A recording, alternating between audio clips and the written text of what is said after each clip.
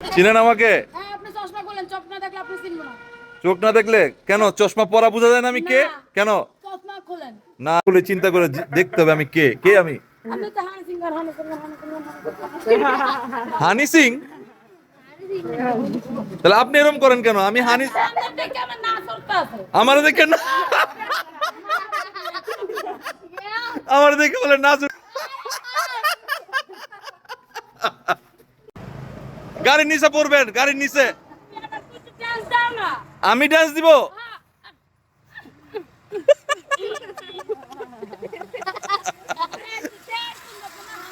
হ্যাঁ, তেইতুন্দর।